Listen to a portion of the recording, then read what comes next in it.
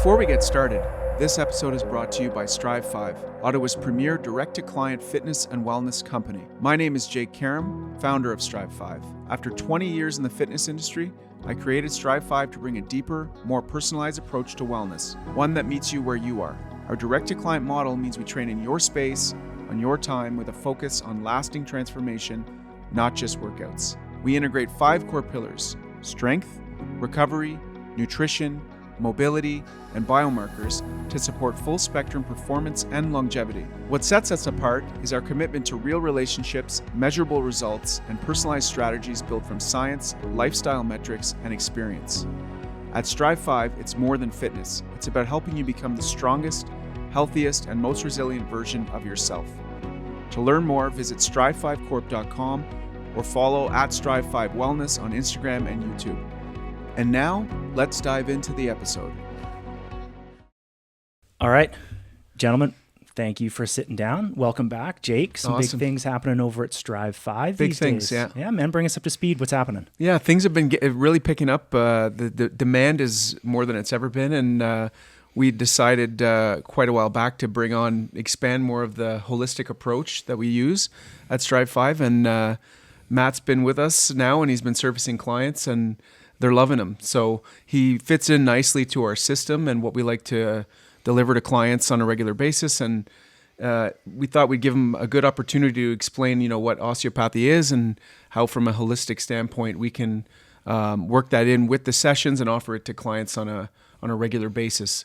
And so he's an amazing compliment to the team and to the company. So Good. Yeah, things are growing. So Matt, bring us up to speed. Let us know a little bit about yourself. What's your background? And then, if you could sort of elaborate on the concept of osteopathy. Let's hear what you know. Yeah, sounds good.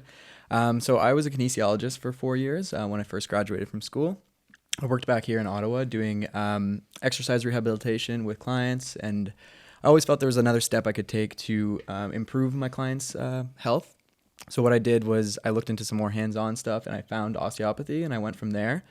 And I went back to school, finished that in the fall, and then when I came back to Ottawa, I hooked up with Jake, and we talked about kind of expanding the business and offering it to his clients. And he's got a great approach with everyone in their full health and everything like that. So I wanted to add that to or add osteopathy to that as well. So I think a lot of people, when they think about health and wellness or injury recovery, they think about physiotherapy, and it's kind of a blanket term that people put all rehab or all wellness in. But your area of expertise takes more of a holistic approach, which I know is becoming more popular. I focus on a holistic approach in diet, exercise, sleep, really for longevity. Your area of expertise, tell us about that holistic approach. Yeah, so as a practitioner, I look head to toe on how the body moves. So we're looking to see those areas in the body that aren't moving well and the areas of the body that are moving well. And we're trying to get those areas that aren't moving well again. And these can be influenced from head to toe. There's different muscular connections from different muscles throughout the body that will kind of influence your injury. So if you have a shoulder injury, for example, it might not just be the shoulder that's not moving well. It could be something from your hips or something in your core, something all the way down to your knee, just that might be off, that we have to kind of treat, get that moving a bit better, and then you'll see the relief in your shoulder eventually as well. Yeah, it's a good complement to what we're doing. Like, maybe you can explain a little bit, the difference between massage therapist and a chiropractor versus yourself, because chiropractor focus a lot on the spine and nervous system, massage therapists on muscle and circulation. But what you're doing is kind of the holistic, joints, fascial tissue, circulation, muscle, all that stuff combined, right? So it's a good complement to pretty much everyone as a holistic style of training. For sure, yeah. So we're kind of using the bones and the muscles together to kind of make sure that everything is moving like as one. So making sure that we're not leaving one side of the equation out. We're actually kind of taking a look at the nervous system, like you said, the circulatory system, making sure that there's the pathways to all the muscles for the blood vessels, for the nerves are all moving really well so that there's no restrictions. And once you kind of get everything moving really well, the body has its own ability to self-heal and self-regulate. That's the main kind of concept of osteopathy, is that once everything is moving well and once everything can move well like that, the body should just do its own thing and it will promote health that way. So And Jake, you had mentioned the idea of the fact that in this field, joints are more than just hinges. Yeah. So let's chat a little bit about that because, when I was training, specifically, let's talk about major movements like the deadlift. I was told, hinge at the hips, like literally treat it like a hinge. But the approach that you guys are bringing is different than that. So can you elaborate on that for us a bit? So just specifically with joints, they're not just kind of like, obviously you want to make sure they can move properly and everything, but they're also going to help with your circulatory system. They're going to act as pumps. They're going to pump blood throughout your body. They're going to make sure that everything is getting everything that it needs. If there's any restriction in your joints, if like say your knee joint, for example, you're not going to get that proper blood flow down to your feet. You might get some of that numbness and tingling in your feet because of the compression in there. And if once we get that knee joint moving a little bit better, you'll be able to get that feeling back. You'll be able to get that blood flow clearing. You might not get any swelling in the ankle that you might have as well. So it kind of, that's one of the aspects of it. Yeah, it helps with everybody. I find that's a big issue with clients. It doesn't matter what age, is learning how to use the joint properly and getting it to move in the full range of motion.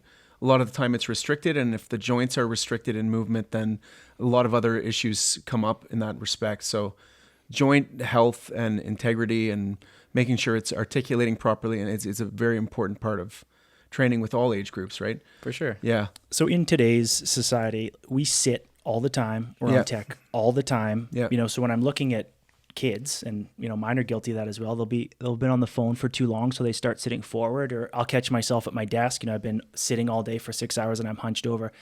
Is there a theme that's coming up where it's the same chronic discomforts as a result of the lifestyles that we're living today? Like, is that something that you're seeing regularly?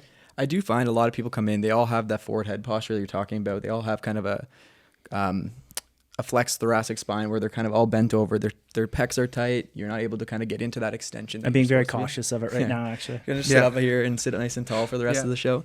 My thought on posture too is that you have to be able to get in and out of different postures.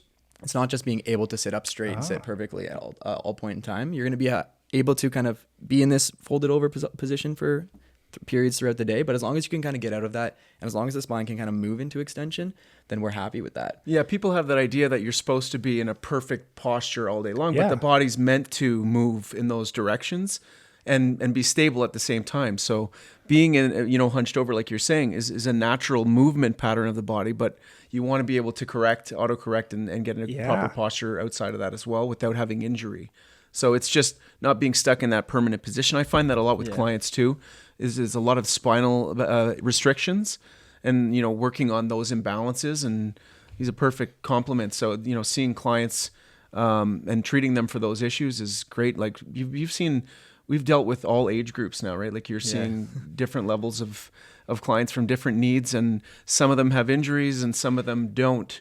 And some of them it's maintenance and some it's not. And so it's a good complement to training and to your overall well-being in general. Actually, that's a good transition. So my wife and I chat about this often. Like, we've seen, since we were growing up, we've seen youth sports change. Historically it was you played your soccer season or your hockey season or your football season, and then it was over and you went and you played baseball or you played something else. Are you guys noticing any trends with kids that are sort of a single sport athlete or athletes in general who are specialists in something, where it's the same repetitive movement, so they're not getting themselves into those varying positions that we're chatting about? Instead, it's constant repetition, the same thing. Any patterns that you guys are noticing there? You want to start? Yeah, I see a lot of hip issues. Like a lot of people, young or old, a lot of it's front to back movement, side to side, but the articulation of the joint is always locked up in a certain way where it restricts, it can restrict power and blood flow and performance in general, especially as you get older. And so the clients that we're seeing, a lot of them have, I find that the more of the spine and hip related issues, and it goes down to the extremities as well. But those are the areas that I see a lot, and that I'm sure Matt sees too when he's working with them. Yeah, I find a lot of like compensation patterns in those people. They always are performing the same motion, so your body's going to be compensated to be able to do that motion really well. Okay. But you're not able to do the regular motions of the body that they're supposed to be able to do. So you might be able to, let's say if you're a rotational athlete, you're a baseball player or a golfer, you're always swinging the same way. You're always rotating to the right, let's say. So your body's going to be really good at rotating to the right. But when you try to do anything else and you try to rotate to the left or anything like that, it's going to be very hard on your body. Well, and I suspect the risk of injury. And then that's where it comes in too. That's where you're going to get more injured when you're trying to do stuff like regular day-to-day stuff, moving to the left and anything like that. That's when you'll start to feel that, or you'll get that injury, or you'll get that twinge in your back or something like that will bother it. So joint mobility has a direct impact on overall health improvement. So when you come in, you've got a new client who is, looking to just improve general health and well-being. Let's say we're not talking like a high-end athlete here. What are some of the things that they can expect with, their initial assessment? What are you going to look for right off the bat? And then what can you implement to try and help them get moving? Like, are you going to put together a structured stretching program, or are you looking at doing some type of fascial manipulation? What does that look like? Yeah, so first of all, we start with kind of like a good history. So I like to talk to the patient for about a good 10, 15 minutes just to figure out who they are, what they like to do, any past injuries that might play into our treatment plan. Once we get through all of that, we'll go into our hands-on treatment. So a little bit different from what your typical physio assessment might look like. We do assessment and treatment at the same time. So we're going to go through seeing how your body's moving. And as I find stuff that I believe is out of place or not moving as well as I want it to, I'll start treating that area to get it moving and seeing how it affects the rest of the body as well. Yeah, it worked in perfectly with the company's model. He goes directly to the client and brings a table, and he starts off with a 60-minute assessment usually, and then after that there are 30-minute treatments. So it works really well with maintaining with the client as well. And not only for injuries and stuff, maybe you can talk a little bit about how it works towards just overall wellness and longevity, right? For long-term clients and overall well-being. Well, and here's one just to build on that real quick. This is something I experienced in my own life, is like, I will find that I have a knot in my shoulder or my glute is tight, but that's not the source of the problem.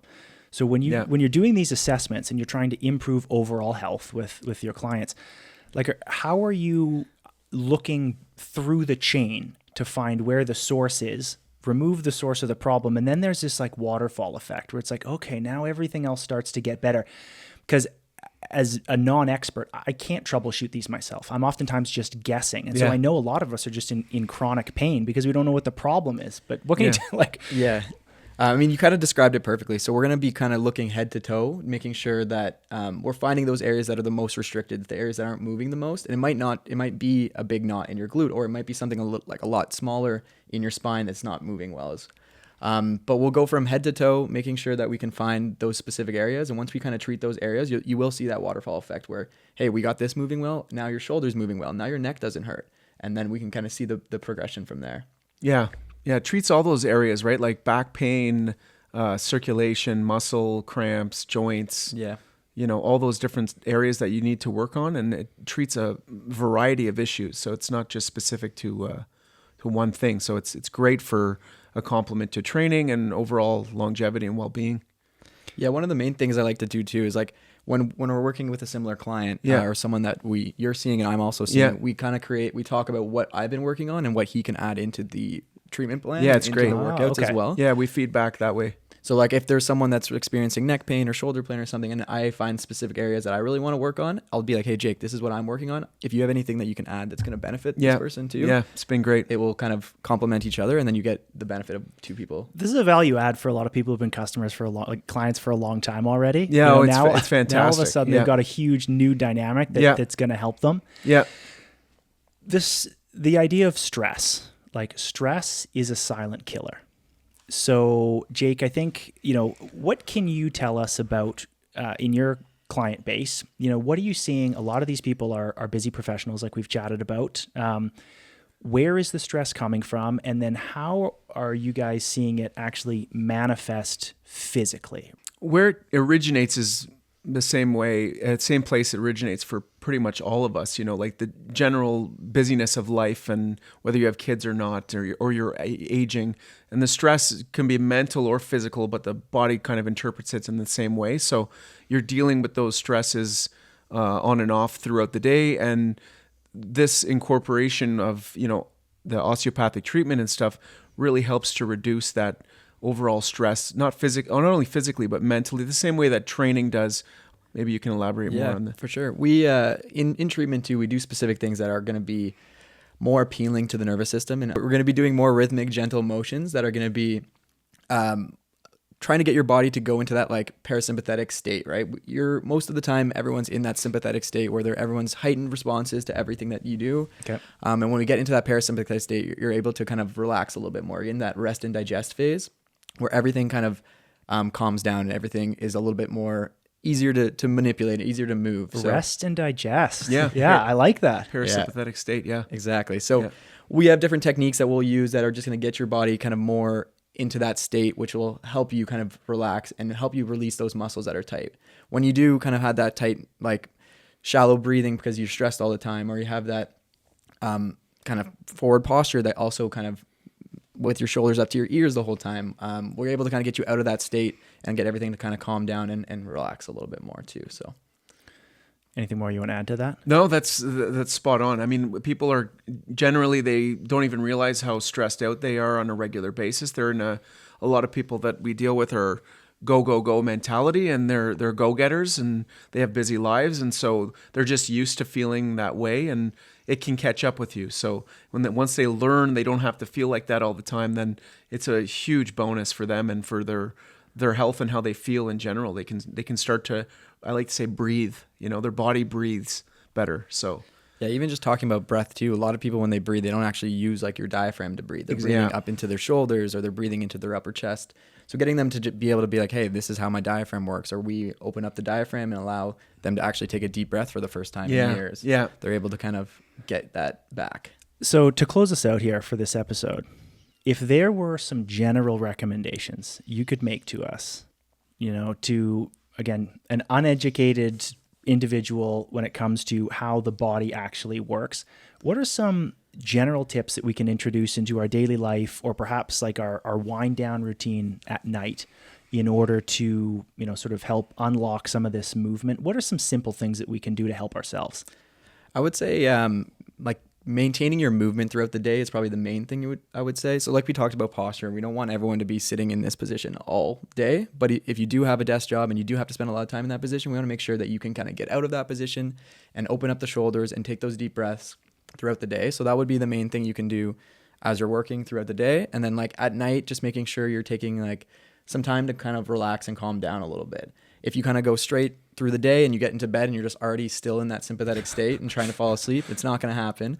And we want you to get into that rest and digest phase. So taking those deep breaths, trying to do a little bit of meditation, or kind of just take some nice deep, like relaxed breathing and get into that state to be able to sleep. And that ties really well into what I try to coach clients through, as well as the sleep hygiene, and it all ties in together. So the nutrition portion of things and the sleeping portion, the training portion, it all ties into that ability to get into that rest and digest state. So once you're in that state, then everything else works better.